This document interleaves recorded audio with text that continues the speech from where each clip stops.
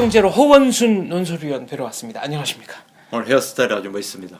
이게 제가 평소에 안 가던 미장원에 가서 잘랐는데 저 안경 벗으면 이게 안 보이거든요. 네. 근데 헤어 디자이너께서 좀 짧게 잘라도 되느냐, 그래서 무심히 그러라 그랬더니 안경을 써보니까 이렇게 변해가지고. 네. 장 박사님 헤어스타일 너무 멋있습니다. 네. 저 부럽습니다. 저하고 대조적이니. 저도 지금 적응을 못 하고 있습니다. 이거 어떻게 해야 되나? 네, 너무 파격적이라서. 네. 좀 우리가 오늘 나눌 얘기는 이렇게 한다면 결코 못 됩니다. 이 네, 그러니까 결국 뭐 대타협을 했다고 했는데 이게 타협이면 뭐가 타협이 아닌지. 네. 이거 우스갯소리로 네. 외교관들이 우리는 서로 생각이 다르고 타협할 수 없다는 점에 타협했다는 네, 의견을 같이 했다. 네. 근데 외교관들도 그렇게까지도 안 해요. 오히려 네. 정 의견이 다르면 우리는 광범위한 의견을 교환했다 그러죠. 네. 우리는 속을 털어놓고 이야기했다 그렇게 가야 하는데 이거는 그렇죠. 앞으로 말하자면 이런 거예요. 우리가 내용 강론 하나는 얘기 안 하겠습니다. 해고에 관한 규정이라든가 임금 피크라든가 또 뭐 그다음 취업 요건이라 이런 게 앞으로 협의해서 처리한다고 해서 대못을 더 박은 거예요. 그냥 그러니까요. 공부하지도 네. 못하게 네. 노조와 협의해서 처리한다는 대못을 하나 박았으니까. 근데 이걸 두고 합의했다고 하는 발표나 하는 네. 데나 그걸 맞다고 받아 써가지고 대합의라고 전하는 네. 데나 이 전부 다 국어 실력이 뭐 문제 있는 겁니까? 아니면 그렇게 믿고 싶은 겁니까? 그러니까 일단 파국은 면했다. 그렇겠죠. 네. 그 이제 이런 거와 똑같은 겁니다. 우리가 북한이 전번에 군사 도발을 했을 때 어떤 경우를 봐도 사과한 거 없습니다. 그냥 네. 주체도 불명해.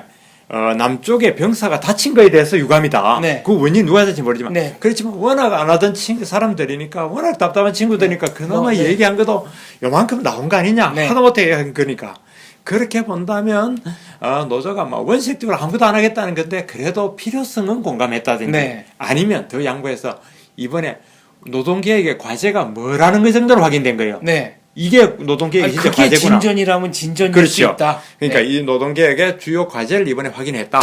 그리고 이걸 어떻게든 해야겠다. 네. 이기까지 봤다면 우리도 합의고 진전이라면 진전이죠. 전 세계적으로 노조가 경영권을 행사하는 나라가 있습니까?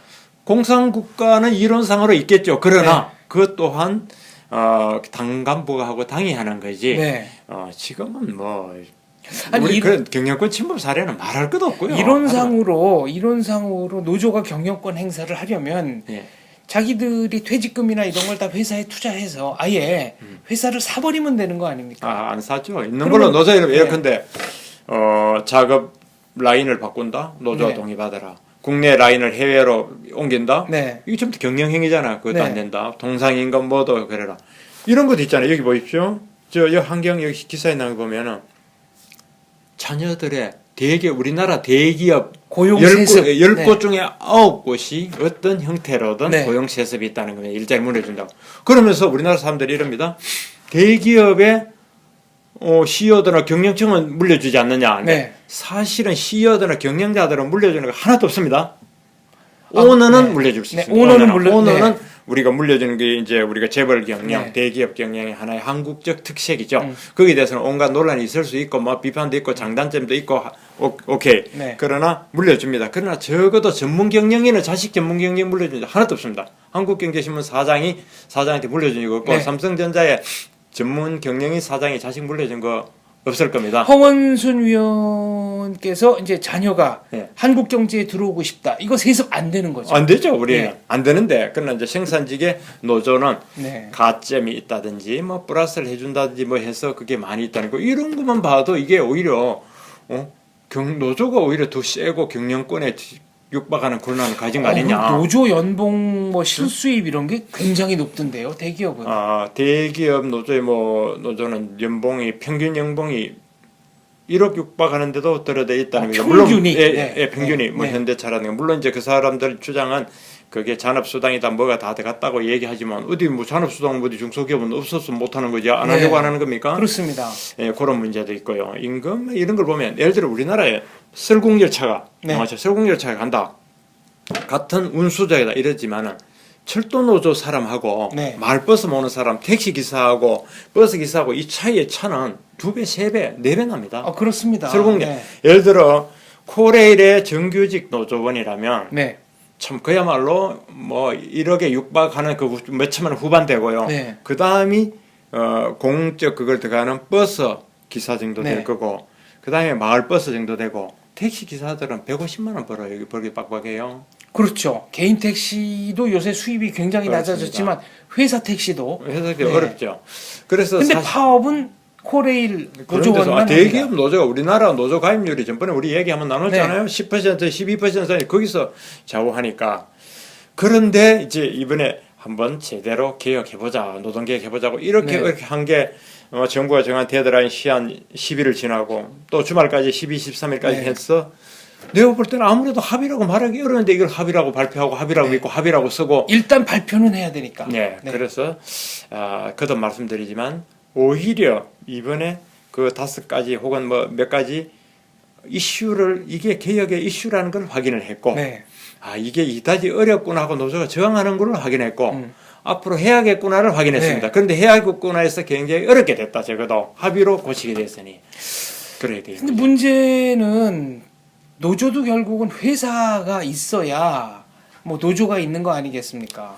전 100번 그게 맞다 싶은데 요즘 네. 하는 뭐 금호 타이어라든가 조선사들의 파업하는 보면은 그런 생각이 과연 있는 뭐 거냐? 설마 망하겠냐? 예. 그리고 과거에는 대마 불사의 신화가 있었습니다마는 그렇습니다. 뭐 대우 넘어갔죠, 한보 넘어갔죠. 예. 뭐 망한 유원, 기업들이 뭐 금융회사들 네. 굉장히 많습니다. 그래서 이제 그 얘기 하자면 우리가 끝도 없고 그럼 정부가 그런 걸 알면서도 이제 왜 그런 합의해서 하겠다든가 네. 여러 가지 하는 게 왜 그러냐? 우리가 이제 그걸 한번 생각해봐야 네. 되는데 도대체 왜? 이제 첫째는 큰 틀에 봐서는 국회의 반대 법제화 했을 때 법을 네. 대하는 좋은데 국회의 반대를 금나는 겁니다. 첫째, 국회에 가면 이제 이 모든 게 이제 환경 노동 같은 상임위원회가 네. 환경노동위원회 우리가 환노위라는 게 있죠. 네. 여기에 야당의 선수들이 포진하고 있습니다. 강성. 예, 이른바. 여야가 동수로 지금 돼 있는데요.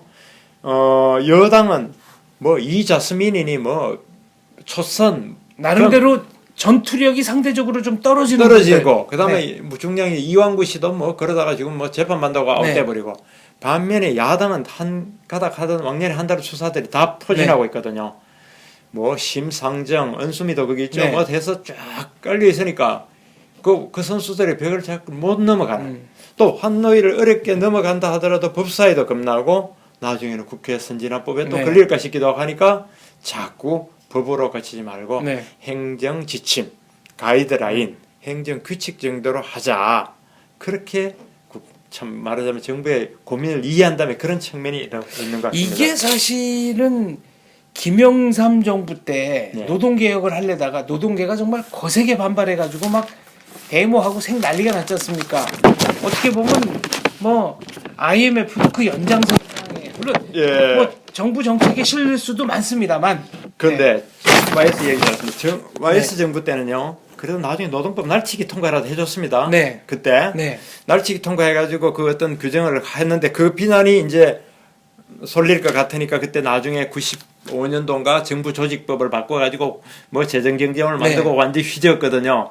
근데 지금은 그럴 의사도 없어가지고 그래서 저는 이런 생각이 듭니다. 이번에 저 노동개혁이라고 합의를 보니까 네. 공무원연금 때 자꾸 생각이 나요. 공무원연금 때 그 개혁한다 해놓고 뭐 개혁한 게 별로 과연 뭐 있느냐가 태산명동의 서일필이었습니다. 그렇습니다. 네. 그러면서 공무원연금은 더구나 국민연금도 그렇고 이 연금 계산에 연금 재정 추이라는 게 있습니다. 네. 이 연금이 이렇게 수입이 들어오고 나가는 구조가 이렇게 되면 앞으로 이 연금 기금이 어떻게 운영될까 어떻게 될까 하는 게 네. 법에 따라서 계산하게 되어 있습니다. 네. 재정 추이라는 게 그게 5년마다 되어 있거든요. 그 말은 무슨 얘기냐면은 이번에 어정쩡한 공무원연금 개혁으로 5년간은 공무원연금 적어도 개혁한다는 소리를 못 그잡는 얘기 되어 있습니다. 5년마다 하게 되는데 왜 또 하냐고 하면 개혁하지. 그럼 이제 할 말이 없는 그 거네요. 5년짜리 데모선 하나 쳐놓은 거예요. 네. 더구나 거기에다가 국민연금을 지급률을 40%에서 50% 올리자 해가지고 네. 또 톡을 하나 붙여놨습니다. 그 논란 가지고 이제 해다가 다시 이제 완전히 한 건 아니고 앞으로 한다 비슷하게 그렇게 돼 있죠. 지금 그러니까 이번에 노동법을 이걸 보면은 결국은 잘못해 놓으면 노조와 합의해서 이렇게 노력해서 한다 하기로 했다 이렇게 해놓으면 제대로 안 되는. 아니 이게 그러니까 어떻게 보면은 지금 배가 폭포를 향해서 이게 떠밀려 가고 있는데 예. 조금 있으면 폭포인데 그러면 떨어지고 나서 왜 폭포 밑으로 추락하도록 아무도 배를 돌릴 생각 안 했냐 이럴 겁니까? 그랬어. 그래서 이제 지금 중요한 게 바로 휴일날 그 9월 13일 우리가 말하자면 네. 지금 합의라 하기 너무도 부족한 부분이지만 그걸 바탕으로 나머지 쌀을 붙이고 골격을 네. 만들어 나가야 되는 거예요. 네. 그걸 한번 지켜보자 이겁니다. 그것도 못하면 정말 장 대표님 이야기한 네. 대로 폭풍이 떨어지는 거고 아니면 떨어지기 직전까지 왔는데 이제 여기는 빠르게 폭발을 하는까지는 인식했으니까 돌려서 가는데 일로 가자 저로 가냐 싸울 거냐 아니면 정말 그거 만들어서 적어도 저성과자 그것도 그렇습니다. 3년간이나 가장 평가가 낮은 사람 아니 3년간 저성과 근로자가 또 재교육 시켜도 여전히 최하위다. 이럴 경우에 하는 걸 개거한다는 정도니까 뭐 그런 정도는 받아줘야 된다는 얘기죠. 그리고 임금 피크 들어가면은 또 그 남는 그 뭡니까 좀 이렇게 꺾으니까 남는 재원으로 또 청년 일자리를 또 뽑는다든가 그다음 취업 규칙 뽑는다든가 이렇게 해서 쭉 가줘야지. 지금 그런데 보면 우려스러운 거는 한국노총이 막 미니멈 정말 최소의 합의를 했는데도 그걸 이제 중앙 뭐 무슨 상임위원회인가 추인을 받으러 하니까 신뢰를 뿌리고 참 그럼 또 비극적인 상황이 벌어지면서 막고 하니까 과연 이게 과연 될 거냐. 국회에서도 이거 새누리당이 저는 하나 이거는 기대합니다. 새누리당이 이번 당 대표가 나와서 그랬죠. 표 계산 않겠다 이거에 관한 표를 떨어지는 한이 떨어 노동개혁을 하겠다 그랬습니다. 그 말이 공당의 대표가 공개적으로 한 공약은 아니고 공언입니다. 그게 지켜지느냐를 이제 우리가 봐야 될 것 같습니다. 그러면 과연 노동개혁에 대한 정치권의 진정성도 아울러 저희가 평가할 수 있겠네요. 그걸 봐야 되죠. 예. 그리고 야당도 새정치민 민주연합이 뭐 하향 평준하다 뭐다 막 반발하는데 이 정도 합의 가지고도 야당이 반대한다면 야당은 집권할 의사가 없는 거냐? 그러면 야당이 생각하는 노동개혁의 모습은 무엇이며 어떤 사람은 대상으로 하는 거냐? 지금 청년 백수 공식적으로 40몇만 원이라 지금 비공식적으로 합하면 100만이 넘는 저 숫자는 눈에 안 들어오느냐? 우리가 이런 질문을 계속 던져야겠죠. 그리고 과연 급여만큼의 생산성, 이게 지금 담보가 되느냐? 본질에 관한 문제니까요. 외국 언론들은 한국 노조에 대해서, 한국 노동운동에 대해서 톡식, 그러니까 뭔가 독성이라는 표현까지를 쓴 지가 꽤 오래됐습니다.